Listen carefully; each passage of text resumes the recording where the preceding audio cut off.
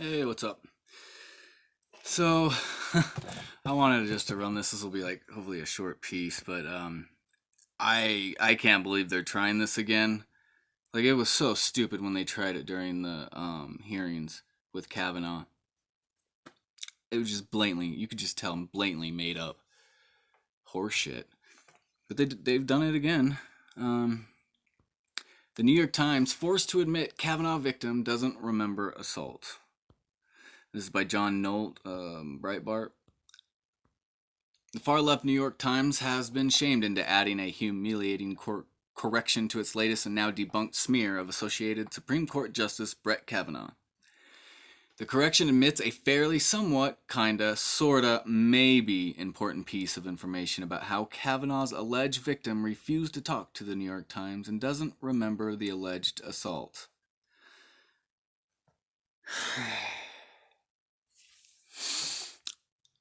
Prior to publishing the smear, the Times knew this fact and still chose to deliberately hide it from the public, of course. And we all know why. It proves the whole story is fake news. Now, did you catch that? Did you catch what the New York Times is now admitting?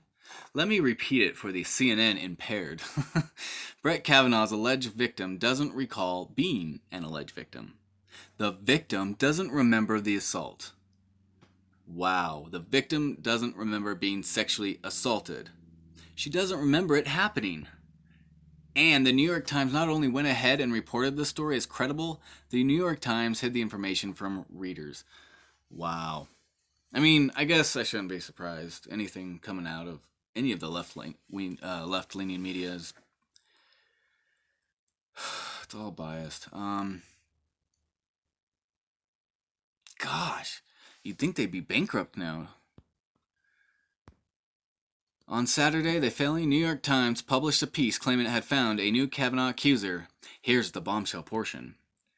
We also uncovered a previous unreported story about Mr. Kavanaugh in his freshman year that echoes Miss Deborah Ramirez's allegations. A classmate, Max Steer, saw Kavanaugh with his pants down at a different drunken dorm party, where friends pushed his penis into the hand of the female student. Mr. Steer, who runs a non-profit organization in Washington, notified senators and the FBI about this account. But the FBI did not investigate, and Mr. Steer has declined to discuss it publicly. We corroborated this story with two officials who have communicated with Mr. Steer. We corroborated shit.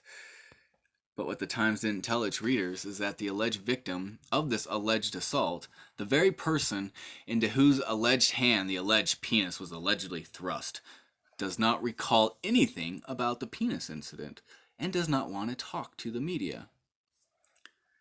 What the fuck? This is a funny story. Like, do you think they oh, I don't even know. Does that piece of information not seem somewhat pertinent to the story? And when I say pertinent, I mean, of course, the story is totally bogus and never should have been published. Yeah, no shit.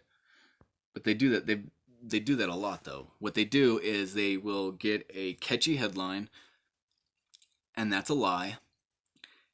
And so when people pass by or whatever, they see the headline, and that's all they read. And then they'll come up with a little tiny correction later, but those same people don't see that because they usually put the correction either at the bottom in a tiny. And so what it is, it's manipulating the masses, almost like subliminal messages. You just throwing the title out there, and boom, that's what people think because that's all they see. They don't actually take the time to read the whole information. Even with the retraction at the bottom, most people usually don't end up reading it unless you're into the news. This now debunked bombshell is based on an upcoming book by two New York Times reporters. In the book, they do admit the alleged victim does not remember the assault. But still, knowing this, the Times deliberately left that information, the only information that matters, out of its bombshell. And the only reason we know the Times withheld this information is because the Times got caught.